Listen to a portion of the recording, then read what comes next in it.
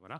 Et Jean-Pierre, vous allez nous parler de ce document que vous avez en accès sur la petite table qui est située à ma droite ici, à votre gauche, qui est l'Observatoire de l'e-tourisme. Stéphane en a un tout petit peu parlé tout à l'heure. Jean-Pierre, vous allez nous en reparler aussi. Je vous laisse la parole. Merci beaucoup, Jérôme. Merci à Jérôme et Stéphane pour l'organisation de cet événement. C'est la deuxième année qu'on participe et qu'on sponsorise cet événement. On en est très heureux parce que le tourisme, l'hôtellerie et le loisir, et notamment l'e-tourisme, est un secteur stratégique pour KPMG. On souhaite y investir un peu d'argent et du temps, surtout pour vous accompagner. Merci à Google et notamment à Caroline de nous recevoir dans ces magnifiques locaux également pour la deuxième année. En tout cas en ce qui nous concerne. Je vais vous faire une présentation d'un certain nombre de résultats figurant dans l'Observatoire. J'ai pas pour objectif d'être complètement exhaustif. Vous avez le document à disposition, vous pourrez en prendre connaissance en détail, bien évidemment.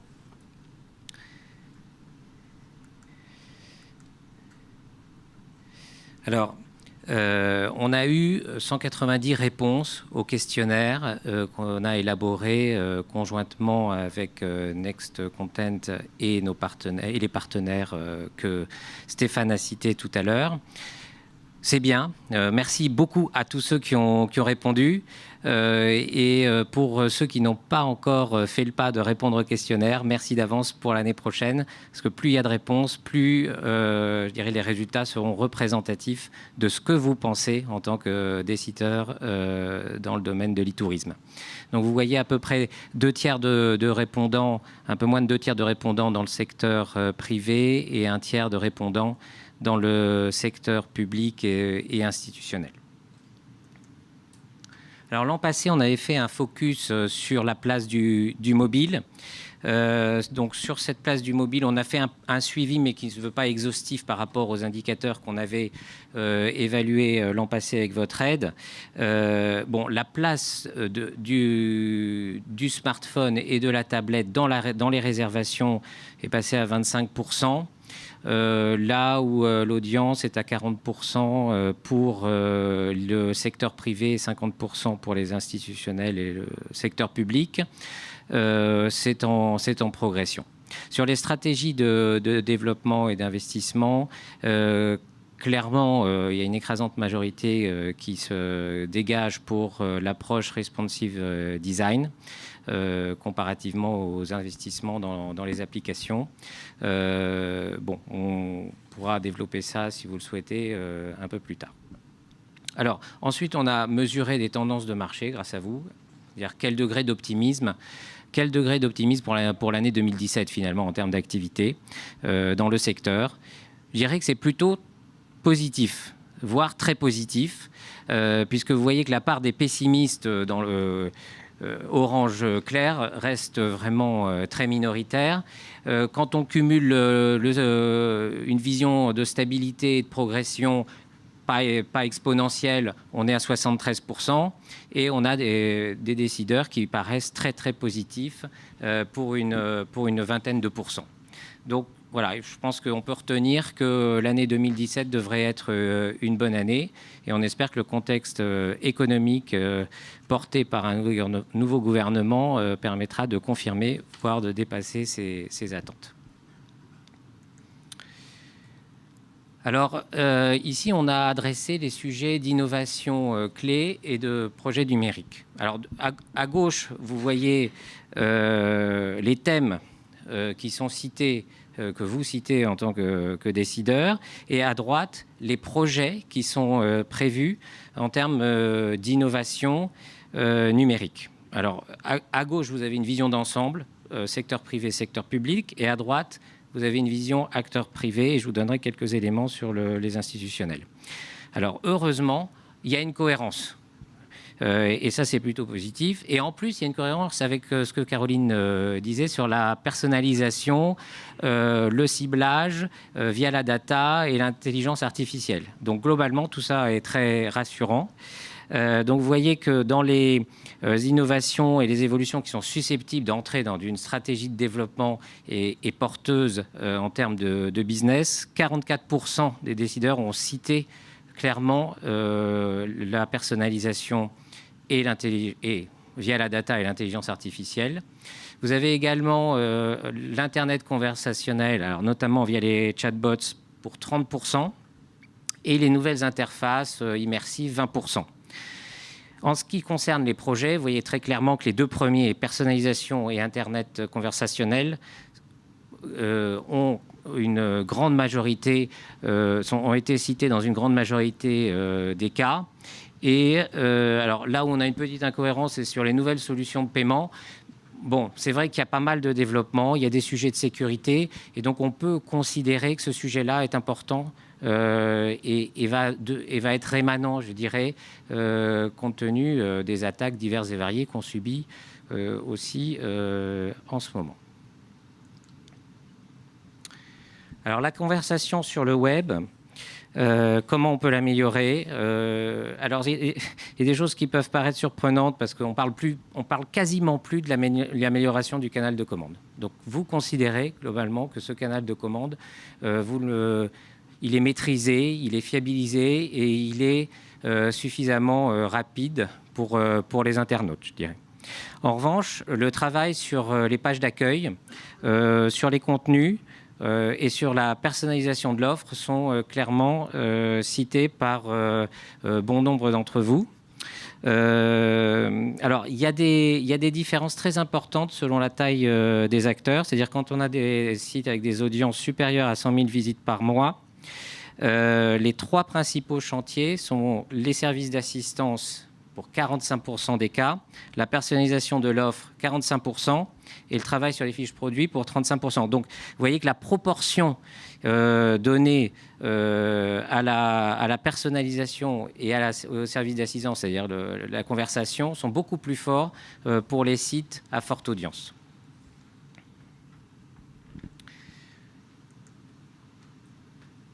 Alors ici, on rentre dans le focus de cette année qu'on a voulu faire sur la place du digital dans le marketing et la distribution. Alors, le poids du digital dans les budgets marketing qu'on a évalué sur la base de vos réponses est de 44% du total des budgets, tous canaux confondus. Alors, ça commence à devenir vraiment, évidemment, très significatif. Selon les acteurs, les proportions sont assez différentes. C'est-à-dire que plus on monte en termes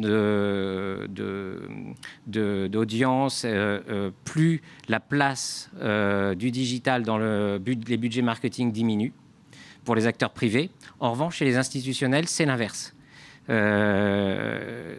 Donc, pour les plus petits acteurs, je dirais, il y a davantage d'investissements proportionnellement dans le digital comparé aux grands acteurs dans le secteur privé. Pour les plus de... Alors, attendez, qu'est-ce que je voulais vous dire? Oui, le coût d'acquisition. Le coût d'acquisition, alors là, c'est un élément très important qui ressort, c'est que vous percevez qu'il est en progression. Et vous ne percevez certainement pas uniquement au doigt mouillé, mais sur la base d'instruments de mesure. Alors ça, c'est un élément clé parce que ça veut dire qu'il faut réussir à optimiser l'acquisition et il y aura des éléments stratégiques à développer et des outils à développer sur ce thème.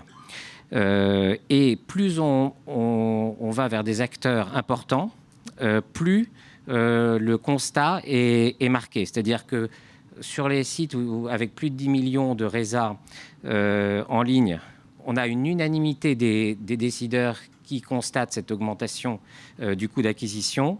Et pour les plus de 100 000 visites par mois, 67% des acteurs constatent également cette progression du coût d'acquisition. Chez les institutionnels, c'est un peu plus modéré puisqu'on est à 50%. Mais en tout cas, cette tendance, elle apparaît très clairement et elle va avoir des conséquences, elle devrait avoir des conséquences sur la façon de gérer ces budgets marketing, les budgets marketing et les outils de conversion de l'audience en client. Alors, où vont porter les efforts pour améliorer la performance en termes d'acquisition des clients via Internet? Alors, On a ici positionné de façon distincte les acteurs privés et les acteurs institutionnels. Bon, les thèmes d'investissement sont globalement les mêmes, je dirais. Le travail sur les réseaux sociaux, la production de contenu, l'animation de communautés est cité majoritairement et plus fortement chez les acteurs institutionnels que chez les acteurs privés. Donc là, on parle de campagnes sur les réseaux sociaux, de campagnes de display. Bon, sur les réseaux sociaux, je ne vous ai pas repris le slide de l'étude, mais là-dessus, bon, Facebook et Instagram ont une écrasante majorité, je dirais, pour l'utilisation des réseaux sociaux. Pour ce qui est des messageries instantanées, ça reste très très limité pour le moment. Vous considérez pas que c'est une voie de développement importante. Et puis vous avez le travail sur le référencement naturel, via la structuration des sites, l'organisation des sites, etc., qui évidemment, logiquement, est cité de façon significative.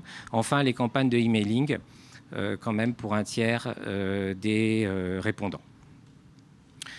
Alors, pour ce qui est des campagnes marketing et pub, on a voulu mesurer comment vous organisiez ces campagnes, finalement. Alors, sur la définition stratégique, dans 80% des cas, cette définition stratégique de campagne, elle est faite en interne. En revanche, pour ce qui est de l'exécution, il y a une mise en œuvre, je dirais, opérationnelle, qui varie en fonction de la taille des acteurs. Et de la même façon, pour le suivi de la performance de ces campagnes, une équipe dédiée est mise en place dans 2 tiers des cas pour les acteurs privés et 44% dans le secteur public. Donc là, il y a une vraie différence qui s'opère. Retenez quand même qu'une équipe dédiée est mise en place dans 2 tiers des cas dans le secteur privé. Ça, c'est un élément important. Avec cette équipe dédiée doit aussi avoir des outils, évidemment, de mesure de cette performance. Et on va en parler juste après. Alors ici, justement, on mesure le niveau de confiance sur les données de mesure de la performance. Et ce qui est assez marquant, finalement, c'est que concernant les acteurs privés, on arrive à un niveau de confiance d'ensemble de 60%. Pour les acteurs institutionnels, c'est un peu plus fort. Alors 60%, ça veut dire que 40% considèrent qu'ils ne sont pas en mesure d'avoir un niveau de confiance suffisant dans les données utilisées pour mesurer la performance du marketing digital. Bon, alors ça, c'est quand même très, très, très marquant, moi, je trouve. Et par là même, sur les aspects de fraude qui sont des aspects un peu plus spécifiques, alors là, pour le coup, il y a très peu d'acteurs qui ont mis en place des outils d'identification et de mesure de la fraude. On parle de 15% là. Donc, il y a quelque part un mismatch de perception dans la mesure où, si on considère que la donnée n'est pas fiable à 40%, en principe, on devrait aller ou tenter de la fiabiliser par la mise en place d'outils performants. Donc, si on fait la synthèse quelque part de tout ça, on a une place du marketing digital qui est de plus en plus importante. On a un coût d'acquisition qui est en progression. On a un niveau de confiance dans la mesure de la performance qui est, on va dire, modéré. Tout ça devrait amener, en principe, sont des éléments qui concourent à notre sens, à améliorer l'outillage, le pilotage et les investissements dans ces outils de mesure de la performance du marketing digital. Voilà, c'était les points clés de l'étude qu'on souhaitait vous montrer ce matin. Et n'hésitez pas, évidemment, à prendre connaissance de façon plus détaillée de ces éléments. Cet après-midi, à 14h, on aura intervention de 2 associés de KPMG, Julie Carreda et Emmanuel Lambert, qui travaillent sur tous les sujets de relations clients et d'outils de mesure de performance et de gestion de la fraude sur Internet. Voilà, merci de votre écoute.